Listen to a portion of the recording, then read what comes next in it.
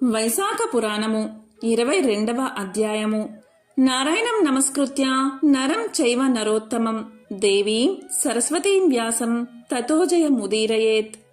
దంతిల కోహల శాప విముక్తి. నారద మహర్షి అంబరీష మహారాజుకు వైశాఖ మాస మహత్యాన్ని ఇలా వివరిస్తున్నాడు. శృతదేవుని మాటలు విని శృతకీర్తి మహారాజు ఇలా అన్నాడు. మహాముని, ఇహపర సౌఖ్యాలను ఇచ్చే వైశాఖ మహిమను ఎంత విన్నా నాకు తృప్తి కలగడం లేదు. నెపము లేని ధర్మం, శుభకర్ములగు విష్ణు కథలు, చెవులు కింపైన శాస్త్ర శ్రవణం ఎంత విన్నా తృప్తి కలగడం లేదు. ఇంకా వినాలి అనిపిస్తుంది.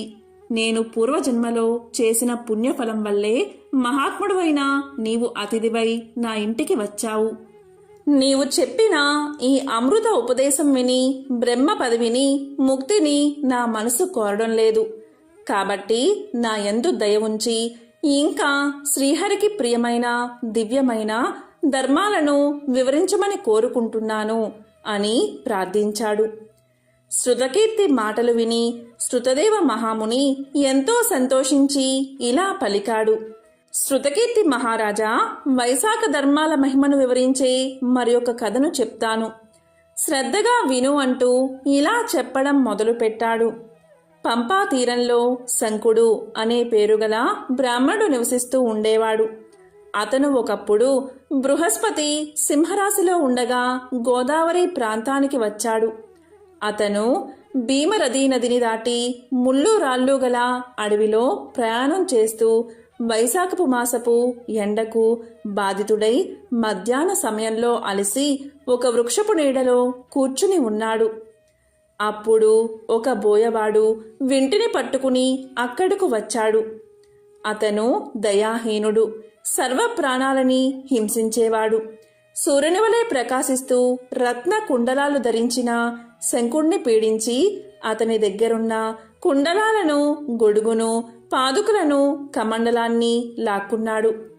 తరువాత ఆ బ్రాహ్మణుణ్ణి పొమ్మని విడిచిపెట్టాడు. శంకుడు అక్కడి నుండి కదిలిపోయాడు. ఎండకు కాళ్ళు కాలుతూ ఉండగా త్వరగా గడ్డి ఉన్న ప్రదేశంలో నిలబడ్డానికై చెట్ల నీడలయందు వెదికి నుంచుని త్వరగా పోతూ ఎంతో బాధపడుతూ ప్రయాణాన్ని కొనసాగించాడు. అలా బాధపడుతూ వెళ్తూ ఉండగా బోయవానికి శంకుడి యందు దయ కలిగింది. అతని పాదుకలను తిరిగి అతనికి ఇయ్యాలి అనే ఆలోచన కలిగింది. దొంగతనముచే గ్రహింపబడినవైన శంకుని పాదుకులు తనవే అని అతని అభిప్రాయం. ఆ కిరాతుడు దయావంతుడై శంకుడి నుండి తాను దొంగలించిన పాదుకులను వానికి తిరిగి ఇచ్చాడు. ఇలా ఇవ్వడం వల్ల కొంతైనా పుణ్యం కలుగుతుంది కదా అని భావించాడు బోయవాడు. శంకుడు కిరాతుడిచ్చిన పాదుకలను ధరించి ఎంతో సంతృప్తిని పొందాడు. సుఖీభవ అని అతన్ని ఆశీర్వదించాడు. అతని పుణ్యం పరిపక్వమైనది. వైశాఖ మాసంలో ఇతడు దుర్బుద్ధియగు కిరాతుడైన పాదుకలను ఇచ్చాడు. వీనికి శ్రీహరి ప్రసన్నుడై వైశాఖమున ఇట్టి బుద్ధి కలిగించినని పలికాడు. ఇప్పుడీ పాదుకలను ధరించి మిక్కిలి సంతోషించాను. నాకిలాంటి సంతృప్తిని కలిగించిన నీవు సుఖంగా ఉండమని అతన్ని ఆశీర్వదించాడు శంకుడు. కిరాతుడు శంకుని మాటలు విని ఆశ్చర్యపోయాడు. నీ నుండి దోచుకున్న దాన్ని నీకే తిరిగి ఇచ్చాను. దీనివల్ల నాకెలా పుణ్యం కలుగుతుంది? వైశాఖము శ్రీహరి సంతోషించును అని అంటున్నావు. నీ విషయం గురించి వివరిస్తావా అని శంకుణ్ణి ప్రార్థించాడు కిరాతుడు. శంకుడు కిరాతుని మాటలకు ఆశ్చర్యపోయాడు. లోభం గల ఈ కిరాతుడు నా నుండి దొంగలించిన పాదుకులను తిరిగి ఇచ్చి ఇలా వైశాఖ మహిమను అడగడం శ్రీహరి మహిమే అని భావించి వైశాఖమును మరలా మెచ్చుకున్నాడు. దుర్బుద్ధివై నా వస్తువులు లాక్కున్నా ఎండలో బాధపడుతున్నా నా యందు దయ కలిగి నా పాదుకలను ఇలా ఇవ్వడం మిక్కిలి విచిత్రమైన విషయం. ఎన్ని దానాలు ధర్మాలు ఆచరించినా వాని ఫలం జన్మాంతరాన కలగదు. కాని వైశాఖ మాస దాన ధర్మాలు వెంటనే ఫలిస్తాయి. పాపాత్ముడువైనా కిరాతుడువైనా దైవవశమున నీకిలాంటి బుద్ధి కలిగింది. నీకింత మంచి బుద్ధి కలగడానికి వైశాఖ మాసం శ్రీహరి దయ కారణాలు కదా. శ్రీహరికిష్టమైనవి నిర్మలము సంతుష్టికరము అయితే అదే ధర్మమని మనువు మున్నగువారు చెప్తున్నారు. వైశాఖ మాసానికి చెందిన ధర్మాలు శ్రీహరికి ప్రీతిదాయకములు, మిక్కిలి ఇష్టములు. వైశాఖ మాస ధర్మాలకు సంతోషించినట్లు శ్రీహరియే ధర్మ కార్యాలకు సంతుష్టుడు అవుతాడు. తపస్సులు యజ్ఞములు వానికి వైశాఖ ధర్మములంతా ఇష్టాలు కావు. ఏ ధర్మము వైశాఖ ధర్మానికి సాటి లేదు.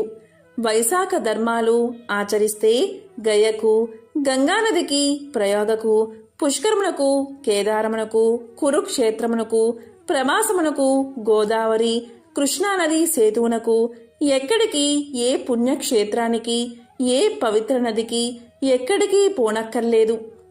వైశాఖ వ్రత వివరణ ప్రసంగం గంగానది కంటే పవిత్రమైనది. ఈ నదిలో స్నానం చేసిన వారికి, ఈ ప్రసంగం విన్నవారికి శ్రీహరి ప్రత్యక్షమవుతాడు. ఎంత ధనం ఖర్చు పెట్టినా, ఎన్ని దానాలు చేసినా, ఎన్ని యాగాలు చేసినా స్వర్ణాలు భక్తి పూర్ణములగు వైశాఖ ధర్మాల వల్ల వచ్చే పుణ్యానికి సాటి కావు. కాబట్టే ఈ పవిత్రమైన వైశాఖ మాసానికి నాకు పాదుకులు ఇవ్వాలని నీకు అనిపించింది. ఈ మాసం అంత గొప్పది కాబట్టే దీనికి మాధవ మాసము అనే పేరు వచ్చింది. పాదుకులను ఇవ్వడంచే నీకు పుణ్యం కలిగింది. ఇది నిశ్చయము అని శంకుడు బోయవాడికి వివరించాడు. ఇంతలో ఒక సింహం పులిని చంపడానికి వేగంగా పోతూ మార్గమధ్యలో కనిపించిన ఏనుగుపై పడింది. సింహానికి ఏనుగుకు భయంకరమైన యుద్ధం జరిగింది. రెండో యుద్ధం చేసి అలసి నిల్చుని శంకుడు కిరాతునికి చెప్పే మాటలు వినడం జరిగింది. వారు వెంటనే వైశాఖ మహిమను వినడం వల్ల గజము అంటే ఏనుగు, సింహము వాటి రూపాలు విడిచి దివ్య రూపాలను పొందాయి. వారిని తీసుకుపోవడానికి దివ్యమైన విమానాలు వచ్చాయి. దివ్య రూపాన్ని ధరించిన ఆ ఇద్దరు కిరాతునికి వైశాఖ వ్రత మహిమను చెప్పుతున్న శంకునికి నమస్కారం చేశారు. కిరాతుడు శంకుడు ఆశ్చర్యపోయి, మీరెవరు, మీరు ఎందుకు నమస్కరిస్తున్నారు అని ప్రశ్నించారు. ఏనుగు, సింహాలుగా ఉన్న మీకు ఇలాంటి దివ్య రూపాలు ఎలా వచ్చాయి అని ప్రశ్నించారు. అప్పుడు ఆ ఇద్దరు ఇలా పలికారు, స్వామి, మేము మతంగ మహర్షి పుత్రులం. దంతిలుడు, కోహలుడు అని మా పేర్లు. అన్ని విద్యలు నేర్చుకున్నాము. యవ్వనంలో ఉన్న మా ఇద్దరిని చూసి మా తండ్రి అయిన మతంగ మహర్షి ఇలా పలికారు, నాయనలారా, విష్ణు ప్రీతికరమైన వైశాఖ మాసంలో చలివేంద్రాలు ఏర్పాటు చేయండి. జనులకు విసిన కర్రలతో అలసట పోవేటట్లుగా విసరండి. మార్గమున నీడనిచ్చే మండపాలను ఏర్పాటు చేయండి. చల్లని నీటిని, అన్నాన్ని బాటసారులకు ఇచ్చి వారి అలసటను పోగొట్టండి. ప్రాతకాలమున స్నానం చేసి శ్రీహరిని పూజించండి. శ్రీహరి కథలను వినండి, చెప్పండి అని మాకు అనేక విధాలుగా చెప్పారు. ఆ మాటలు విని మేము కోపగించుకున్నాము. అతడు చెప్పిన ధర్మాలను ఆచరించలేదు. పైగా మా తండ్రి మాటలను తిరస్కరిస్తూ మాకు తోచినట్టు నిర్లక్ష్యంగా సమాధానాలు చెప్పాము. ధర్మపరుడైన మా తండ్రి మా అవినయానికి, నిర్లక్ష్యానికి కోపగించాడు. ధర్మ విముఖుడైన పుత్రుణ్ణి, వ్యతిరేకమున మాట్లాడే భార్యను, దుష్టులను శిక్షించని రాజులను వెంటనే విడువడాలి. దాక్షిణ్యం వల్ల, ధనలోభం చేత పైన చెప్పిన ఆ కార్యాలను చేస్తే సూర్యచంద్రులు ఉన్నంతకాలం నరకలోకంలో ఉంటారు. కాబట్టి నా మాటను వినక క్రోధావేశాలతో వ్యవహరిస్తున్న మీరు దంతిలుడు సింహంగాను, కోహలుడు గజం అంటే ఏనుగుగాను చిరకాలము అడవిలో ఉండండి అని మమ్మల్ని మా తండ్రి శపించాడు. పశ్చాత్తాపం పొందిన మేము ప్రార్థించగా జాలిపడిన మా తండ్రి కొంతకాలానికి మీరిద్దరూ ఒకరినొకరు చంపుకుంటారు. అప్పుడే మీ ఇద్దరూ కలుసుకుంటారు.